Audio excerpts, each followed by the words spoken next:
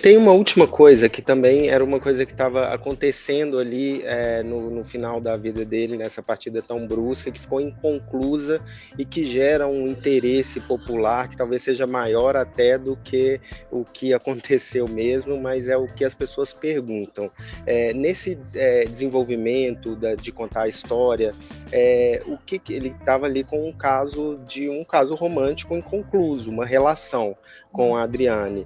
O que vocês, como retratar isso, o desafio que vocês tiveram, como era uma coisa íntima, talvez dele, não passou tanto pela família, como que vocês decidiram e acharam a melhor forma de retratar essa história, que acaba que eu sei que desperta um interesse popular? Olha, a gente, na verdade, o foco da história não são, né, não é o lado romântico do Ayrton, porque não é isso que faz que fez a história dele relevante, né, do tamanho que é para o Brasil e para o mundo. Então, a gente tratou isso com naturalidade. Acho que ele teve, né, namoradas, ele sim estava namorando com a Adriane naquela época, e a gente tratou isso com naturalidade dentro da história, dentro do enredo do que a gente estava pensando. É uma pena que as pessoas ficam com essa preocupação tão grande em relação a isso, porque assim, na verdade não foi por isso que o Ayrton virou quem ele é, né? Não é pelas relações que ele teve amorosa, acho que faz parte da vida de qualquer pessoa ter, né, relacionamentos, e infelizmente ele morreu muito cedo, né, para poder ter concluído, né, uma relação, ter filhos, que é uma pena, porque eu acho que ele teria sido um ótimo pai, mas a gente tratou com naturalidade, acho que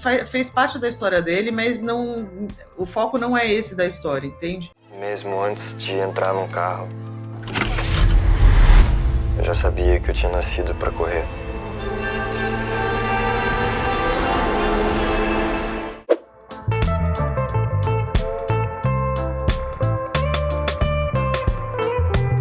A parte que sempre é difícil, que é um risco muito grande, né? Você imagina um projeto de milhões para o estúdio ou para quem está fazendo, né, que tá investindo, você não ter controle de 100% do que vai acontecer é sempre muito difícil, porque você está pondo um risco imponderável dentro do coisa. Então, eu acho que esse sempre foi o compromise, né? A gente não queria entregar isso e aí a gente teve que achar quem conseguia ter um diálogo mais próximo da gente para conseguir chegar nesse ponto comum, onde o risco não ficava imponderável nem para um nem para outro, né? Então, acho que foi muito uma construção de relacionamento e de confiança entre as partes. Acho que quando você tem, né, e são várias interpretações, né, dentro de um projeto de audiovisual, você tem muitas interpretações, porque você tem a primeira interpretação, que é o roteiro.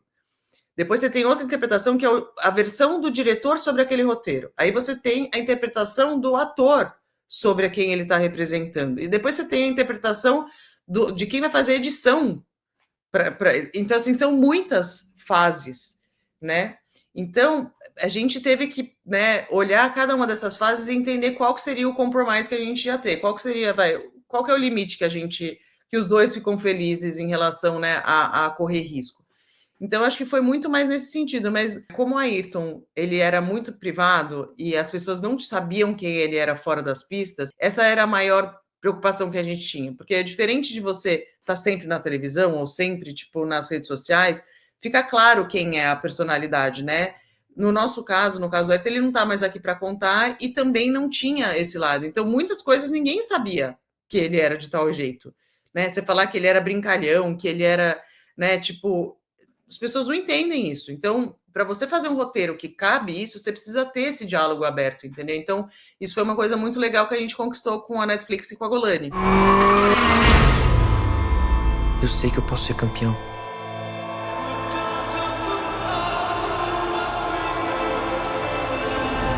Eu queria te perguntar também em relação a essa estrutura que é diferente, né? Você mesma disse que não funcionaria, vocês simplesmente venderem os direitos e as pessoas ali montassem a história de acordo com que elas entendessem que era melhor.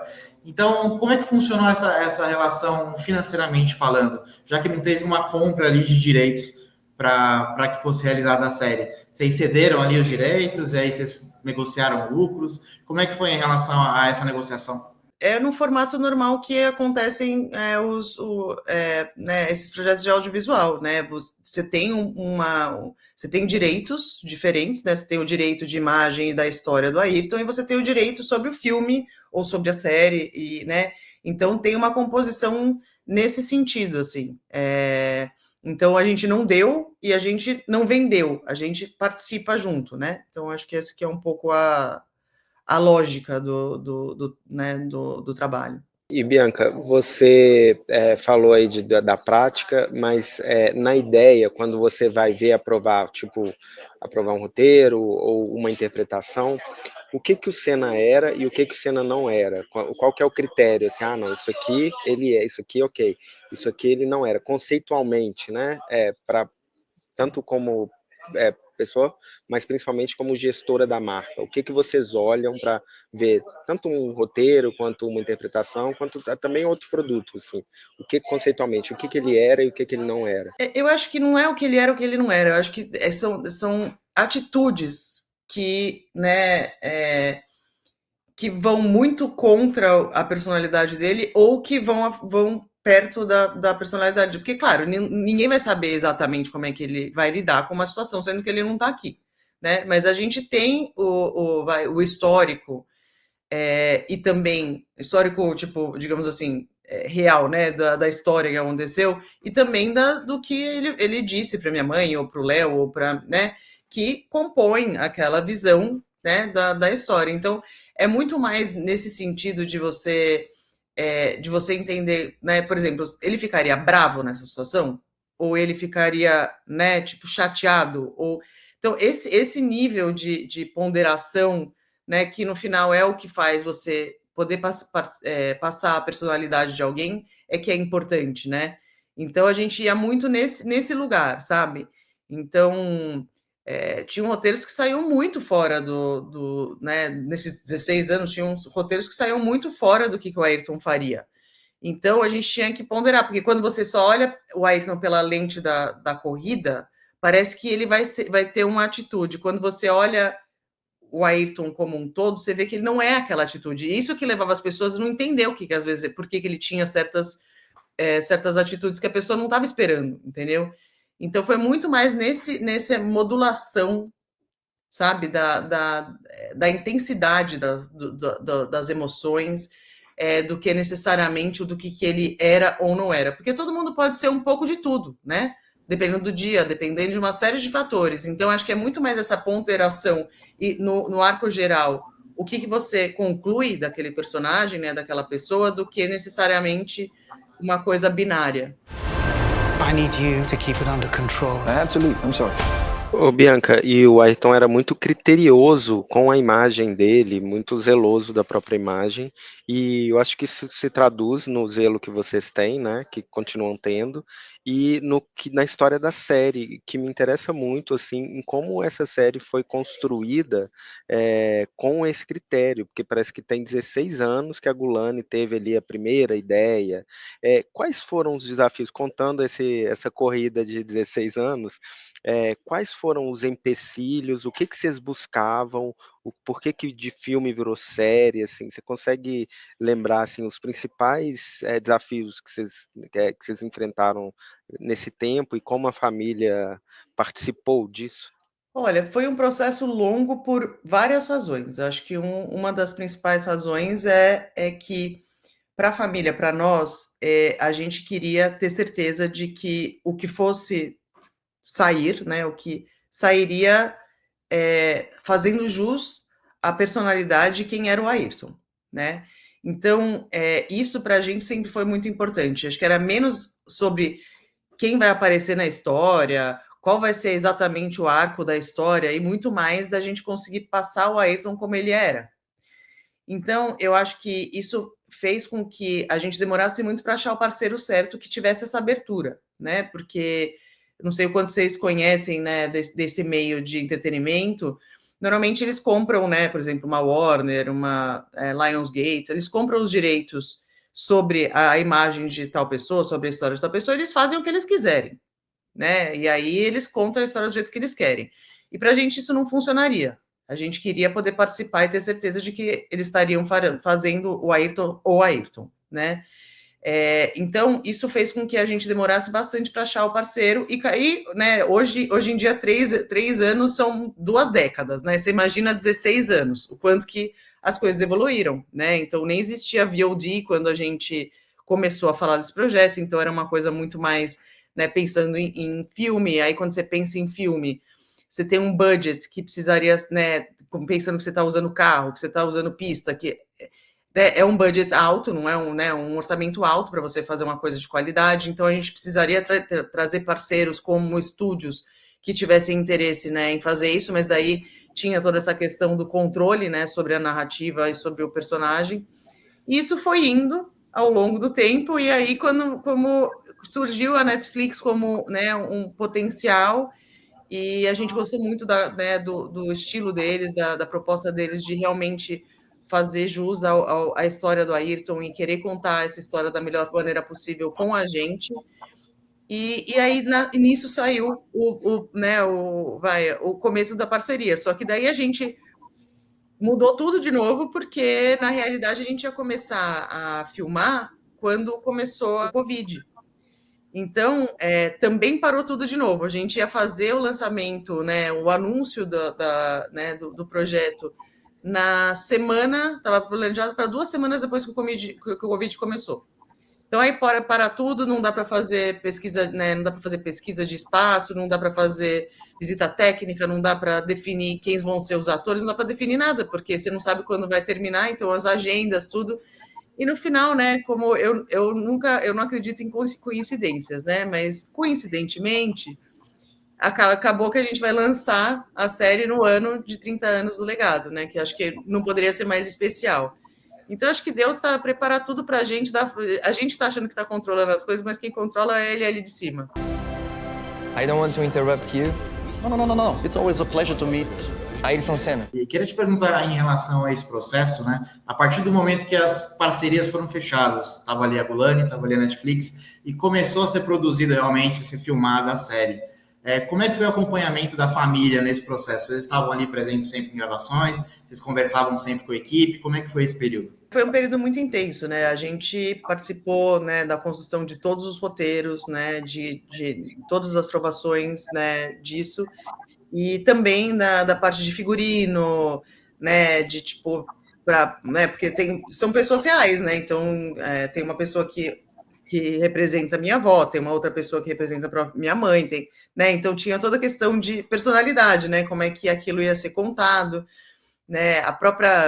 O estilo da casa, como é que era, né? Porque eles não sabem, né? Tipo, então a gente tinha que trazer muitas referências, né? Pelo que a gente tem de foto de infância. Era assim a casa, para a gente tentar deixar o mais próximo possível da realidade, né?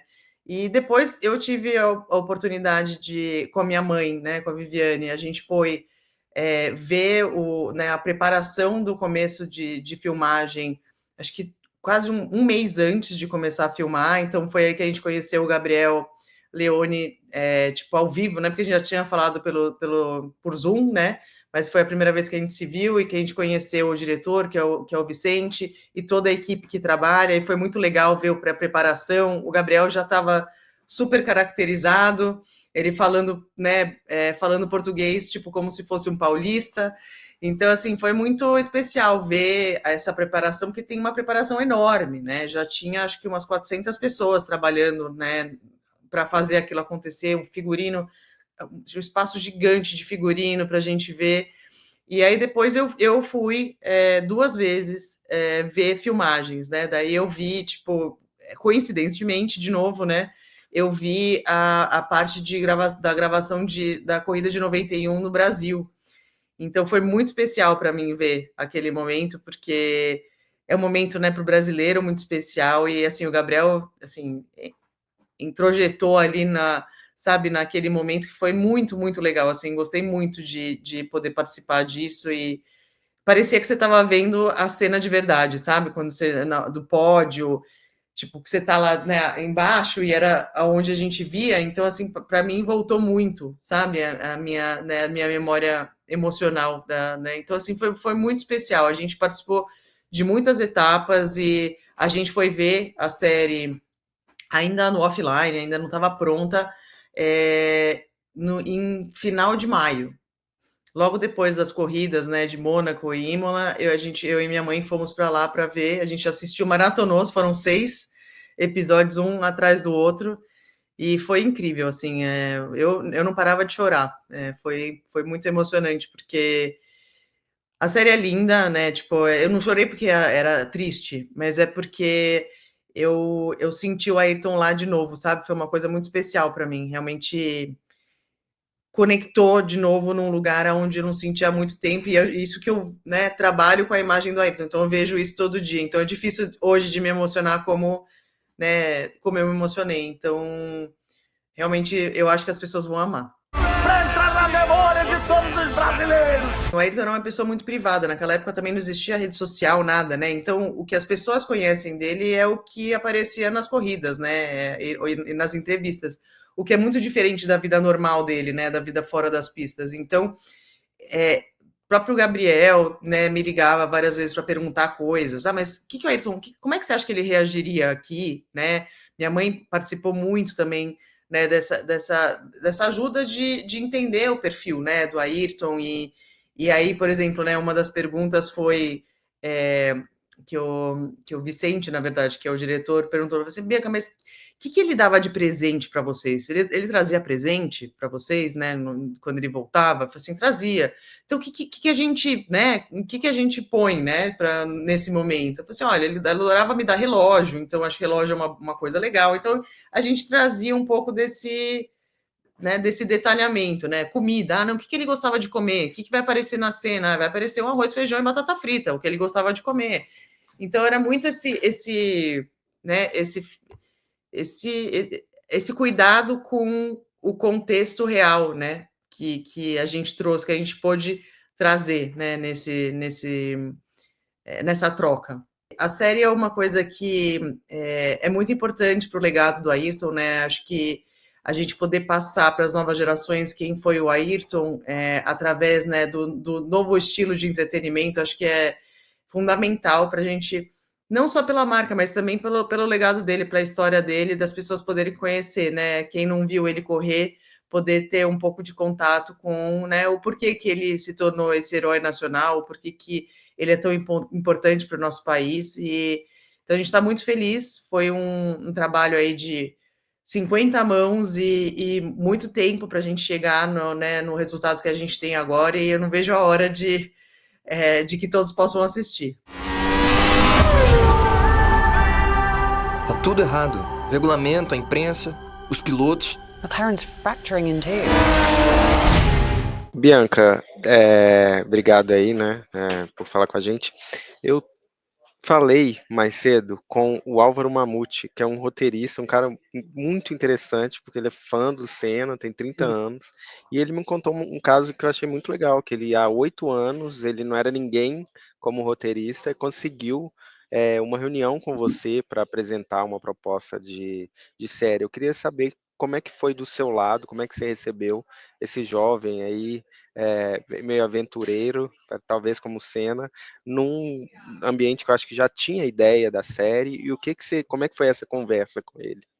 Olha, acho que foi pelo LinkedIn que ele entrou em contato comigo, e, né, falando que ele era roteirista, tal, e eu achei interessante, ele mostrou um pouco do que ele tinha imaginado para um roteiro de série, de filme, na época. E aí eu falei, olha, vamos conversar, mas nisso eu não apito, né? Porque eu não sou a produtora, então é a Gulani, né, que define essas coisas. E aí a gente sentou, conversou, gostei bastante dele, e falei assim, olha, o que eu posso fazer é te apresentar para o pessoal da Gulani e ver, né, o que eles acham. E aí foi muito legal, porque ele, tipo, é um fanático por Ayrton, sabe tudo sobre tudo, né? Então ele foi fundamental aí em todo o papel de roteirização da série, porque ele trazia todos os detalhes e as referências de uma forma que, né, o time criativo podia trabalhar também.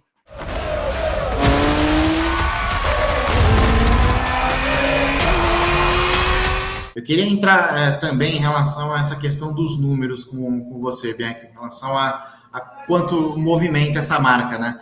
a gente já viu outras entrevistas e estimativas que apontam aí que a marca Senna pode ter movimentado aí pelo menos 1,2 bilhões, né, de dólares nos últimos 30 anos. Queria entender um pouquinho com você como é feita essa estimativa, a partir de qual momento vocês fazem esses cálculos e se é realmente esse dado que vocês estão trabalhando atualmente, se muda um pouquinho em relação ao que aconteceu no último ano, por exemplo. Olha, a gente não teve fechamento ainda desse último ano, né? Então é difícil de dizer, mas eu acho que o que é importante é entender que esse valor, na verdade, é um valor que está relacionado ao quanto que a gente gerou de retail, né? Quanto a gente vendeu, né? Ao longo desses anos, né? Então não é o que a gente recebeu, né? Quem diria, ia ser ótimo se fosse, né, o que a gente recebe, mas isso faz parte assim, né? A gente tem muitos produtos. Não sei se vocês têm a dimensão de quantos produtos a gente tem. Então, com esse volume de produtos, né, categorias de produto, esse é o número que a gente tem hoje, considerando McLaren, né, que foi um projeto, né, McLaren Senna, que foi um projeto grande. Então, a gente ainda tem esse número como a principal referência, né, e vamos ver novos números no final do ano. Ele vai para passar! The rain puts the cars on the same level, but not the drivers.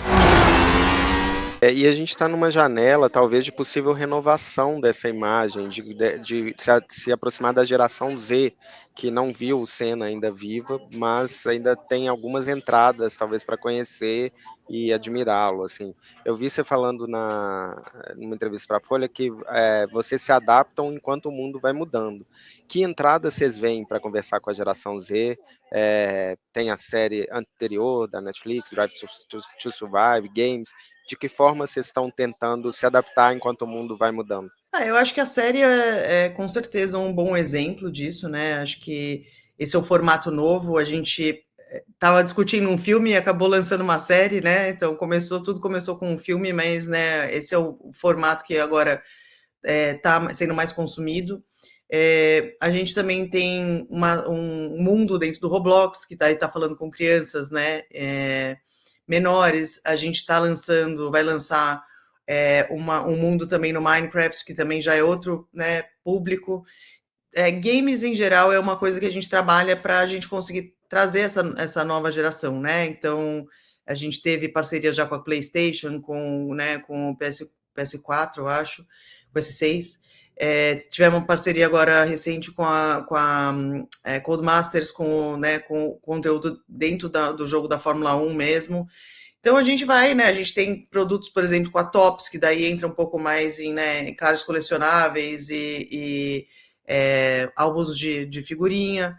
Então a gente vai vendo aonde que tem mais apelo, e aí o nosso último produto produto ou projeto que acho que também fala muito com as novas gerações é o Senna Driven, né? Que é o nosso álbum de música eletrônica, que a gente usa, né, a voz do Ayrton como o tema principal da música e cada artista, né? Que foram 33 artistas diferentes ao redor do mundo que estão participando desse projeto, e cada um pegou um tema em cima de uma frase do Ayrton, né, em cima de uma colocação do Ayrton, e saiu um álbum super legal que também está falando com a nova geração.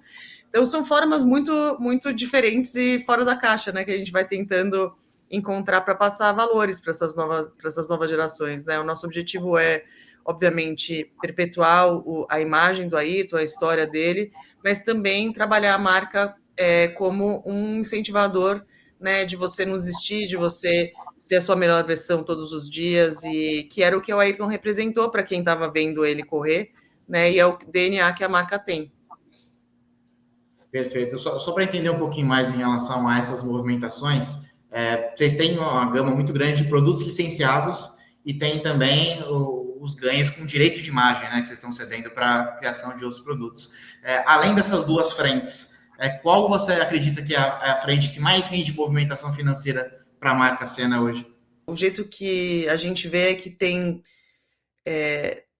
coisas que a gente faz que não são necessariamente com objetivo só financeiro. Na verdade, tudo que a gente faz não é o objetivo financeiro, não é a primeira coisa que a gente pensa. Acho que ele tem que ter qualidade, ele tem que ter tem que trazer essa inspiração que eu falei, tem que ter um porquê. Se não tem um porquê, não, sabe, não é só pelo financeiro que a gente faz. Então, tudo que a gente faz tem que ter, sabe, um diferencial, tem que ter qualidade, tem que ter valor, né? Então, isso é uma coisa muito importante para a gente. E as parcerias que a gente faz também estão relacionadas a isso, né? A gente poder ter, né, uma parceria, por exemplo, com uma Heineken, com uma Guaraná, com uma Honda, são formas de a gente estar trazendo a Ayrton, né, e os valores dele para a nova geração dentro de anunciantes, né, de tamanhos de mídia que são muito diferentes do que a gente sozinho conseguiria fazer, né? Então tem coisas que a gente faz que estão muito mais pensadas em como é que a gente consegue aumentar o nosso awareness, como é que a gente consegue trazer valores para as novas gerações através de outros, né? Não só pelo que a gente faz, mas também através de outros. Eu acho que esse ano ele representou muito isso, que a gente fez tudo com muita qualidade, a gente selecionou alguns poucos, né, parceiros para participar, né, desse momento dos 30 anos de legado, mas com essa intenção de poder, né, porque quantas pessoas não assistiram, né, a propaganda da Heineken ou do Guaraná e descobriram quem foi Ayrton Senna ou teve uma conversa em casa sobre esse tema. Então, acho que tem coisas que a gente faz para aumentar o nosso awareness e a nossa relevância dentro dos públicos, né, principalmente da geração millennials, né, que é o nosso próximo target, e celebrar com os fãs, né, que já nos conhecem, que tem esse apelo com a Ayrton, e também vender produtos. Então, são duas coisas diferentes. Uma está pensando muito mais no longo prazo e a outra está pensando no curto prazo. Então, acho que não é uma matemática simples, entendeu? Não é só uma coisa, são as duas coisas. E a gente precisa, né, e quer sempre fazer coisas em parceria. Hoje o Brasil todo estava na pista comigo.